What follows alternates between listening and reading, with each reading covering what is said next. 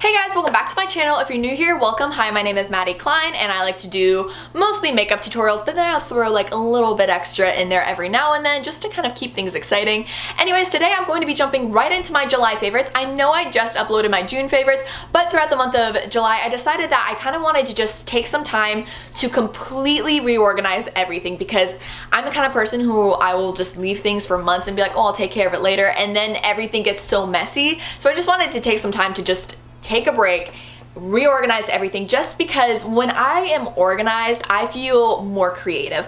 And whenever I'm crowded by mess, I feel unmotivated and I just don't want to do anything. So I just took time to kind of clear space and get everything prepared, especially because October is coming up. And for those of you who don't know, or you might be new, every weekday for the month of October, I post a new special effects Halloween makeup look. This incorporates both beauty special effects or body paints or hardcore special effects that include prosthetics or latex, just anything that can be like, you know, creepy, I guess. And then every Saturday of the month of October, I post a Spoopy Saturday, which is basically just more of like a lifestyle or a vlog or a tag, just something that kind of gets me time to talk to you guys because it can get kind of crazy in October and it's really nice to just kind of let loose and talk to you guys and have a little bit more of a personal video amidst all of the tutorials, because I believe that there's going to be 23 Halloween tutorials this year, so I'm gonna have to start working on that, which is really exciting. So if you guys have any requests, just link them down below and I will check them out. Anyways, with all that being said, let's go ahead and jump into the favorites.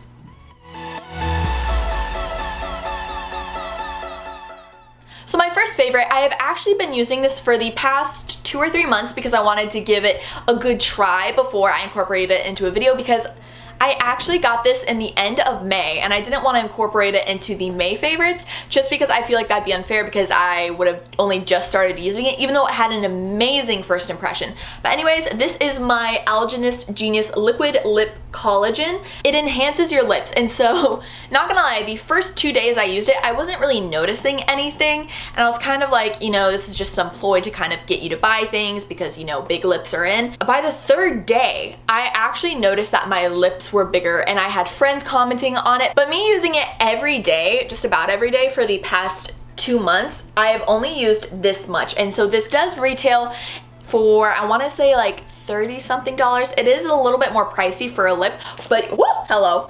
But you don't go through it quickly. This would last me probably, I would say, about a year, maybe a little less, maybe a little more, I don't know, I guess we'll find out. But I absolutely love it. Basically, you just twist it, and you do have to twist it a few times to get, you know, the pump working, and a tiny dot comes out, and you just apply it under your lip product, and you might feel a little bit of a warm feeling. It's not necessarily tingling, but it's not uncomfortable. I just basically become more aware of like my top lip.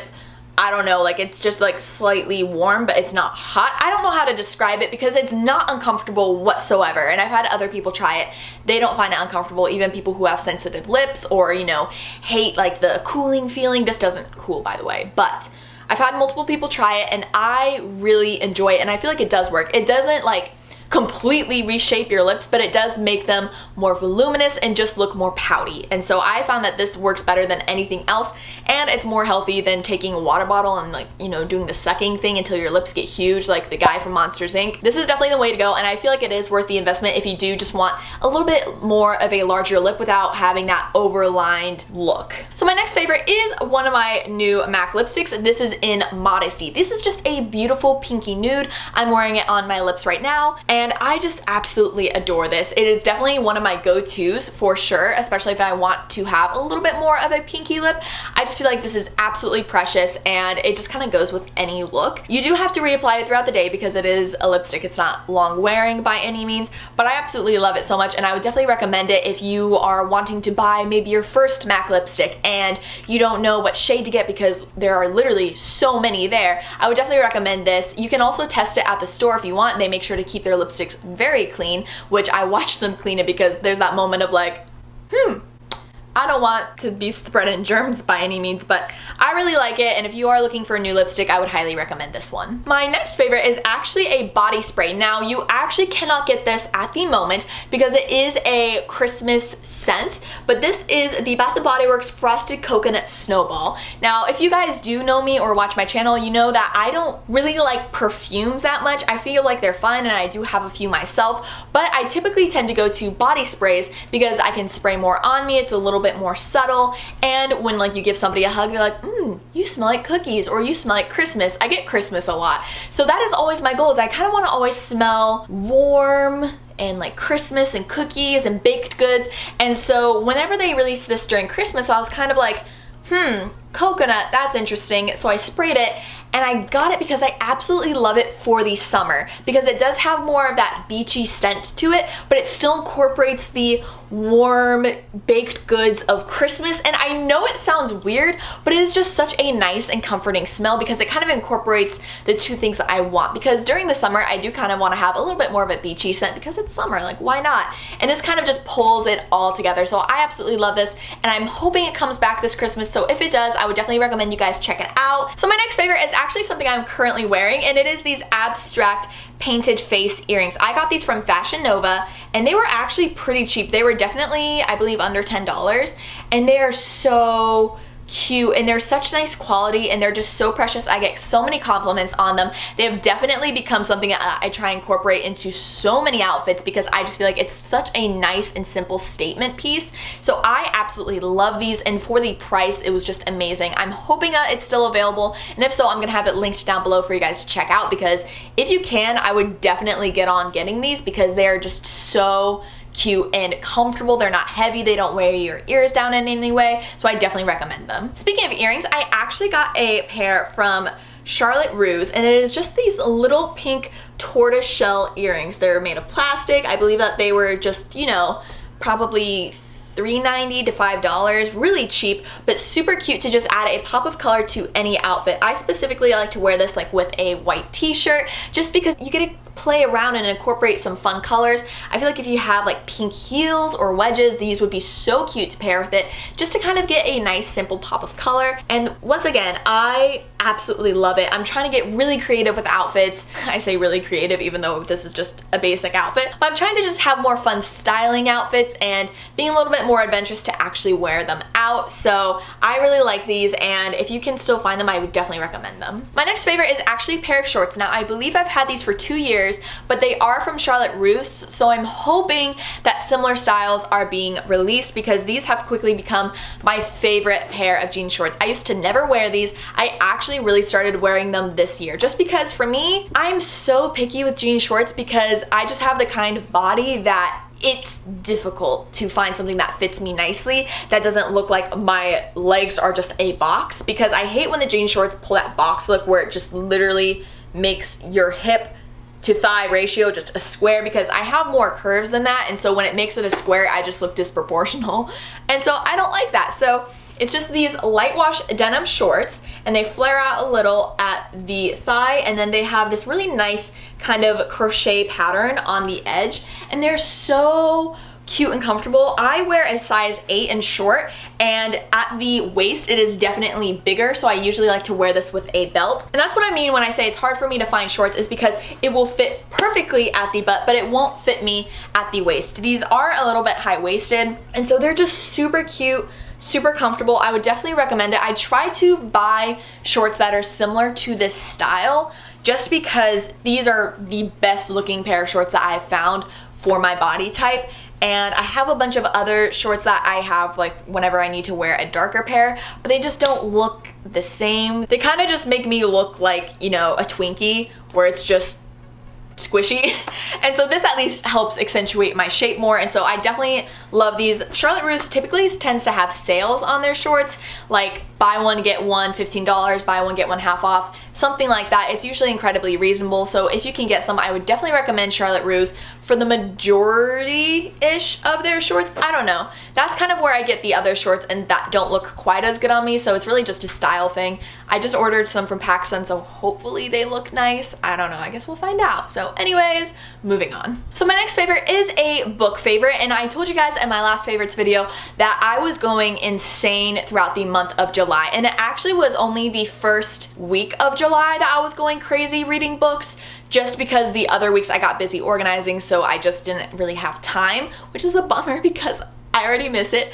But I managed to read how many books in the week of July? So for the first week and a half of July, I read 6 books. So we're just gonna talk about most of them right now. I have 4 that I would claim to be my favorites because I don't want to incorporate every single book I read as a favorite. I want to pick out the ones that stood out to me the most. So the first one that is quickly become one of my all-time favorite books, I would reread this in a heartbeat, and I would actually love to, is called To Kill a Kingdom, and this is so amazing. It is basically a retelling of The Little Mermaid, but instead of her being a mermaid, she's a siren, and it is so bad and I absolutely live for it. This book is like for the girls or boys who Little Mermaid might have been like their favorite Disney movie growing up, and you know, they still like it but they don't always want to watch it because they feel like they're a little too mature for that.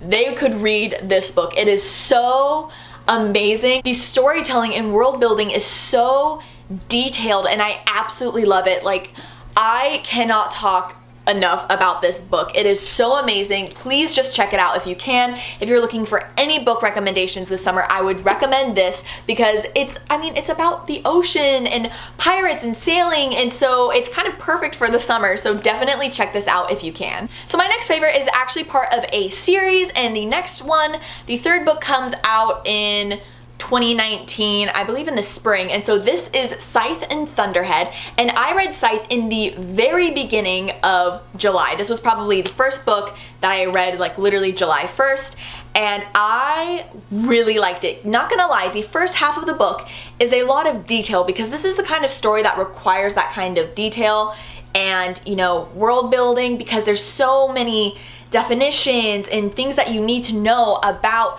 this world that they have to explain to you. So I would say the first book is pretty slow up until about halfway, and then it really speeds up and it is so good. And I finished this, and I actually had this book at home, but I was still in Ohio and I really wanted to be able to read the second book before I moved on to the other books I have. So we ended up just going to Barnes & Noble and I picked it up and I read it in an entire day. Like, look at how big this is. I read it in an entire day, and then when I got back to Texas, I ended up just returning the new one I bought because I already had this here and I couldn't return it because I got it like months ago. And this one is so amazing. There's just way more action in it, and it definitely makes me really excited for the 3rd book to come out. Like, it leaves on such a large cliffhanger. It's basically based in the time in the future where death and disease doesn't exist anymore because we have found cures for all of it, which isn't really that surprising because I feel like one day there's literally gonna be a cure for absolutely everything. And so that doesn't really exist anymore, and you can kind of become immortal, but because of that, they still need to have the human balance where they don't want to overpopulate. So because of that, they end up having people called Scythes, and they basically pick at random people to kill. Or in this book they call it gleaning instead of killing because they feel like it should be more sacred, I guess. It shouldn't be something that, you know, you go raging on, but of course, you know, there's so many people that that's kind of bound to happen. So this is just a really entertaining series, and I bet I didn't do it justice by explaining it, but if you just read the bio online, it is so exciting and I would definitely recommend it. You just have to be able to push through about the first half of the first book in order to really get into the action, which a lot of books are like that, but I appreciate it because it gave you a lot of background information that was necessary for the rest of the story. And my last book favorite for the month of July was Ace of Shades. I really liked this. It reminded me a lot of The Last Magician or Caraval or Six of Crows. It just kind of has that nice, you know, smooth feeling to it. Or if you need another example, it kind of reminds me of Clockwork Angel by Cassandra Clare. So these are really amazing. The next book comes out, I believe, in February. Once again, this one left on a cliffhanger, so I'm really excited to see what happens next. But it's so exciting, and it talks a lot about gambling, and I'm really bad at explaining books because I don't want to just give away the entire plot, so you can just read the bio online once again, but this is really exciting. I absolutely loved it, and so if you're looking for a little bit of an adventurous read, you want to read up on some gambling and mystery and all of that good stuff, then definitely check this out. And so my last favorite is actually a movie, and I watched this about a week ago, and it is on Netflix, and it is called The Invitation. And I was just really in the mood to watch a thriller or a horror movie. Like, I was in the mood for Get Out or The Purge. Like, I was just in that kind of state. So I was like scrolling through Netflix trying to find something that would satiate that need for me, that really weird need, but it's a need, so I had to fix it. So basically I'm just like looking through Netflix, and I really wanted to watch Seven, which has Brad Pitt in it and also Morgan Freeman, because I haven't seen it, and I keep seeing that like, what's in the box? What's in the box? Thing, and I just want to know. But it was like 2 hours long, and it was already midnight, so I'm like, I don't want to stay up that late. But The Invitation was only like an hour and a half long, so I'm like, that's more acceptable. So I decided to watch The Invitation, and what I absolutely love about this movie is it is everything you think it is, but also not. It makes you second guess yourself the entire time. It gets your hopes up in a certain way, and you're just full of anxiety because you think something is about to happen, but then nothing is happening at the same time.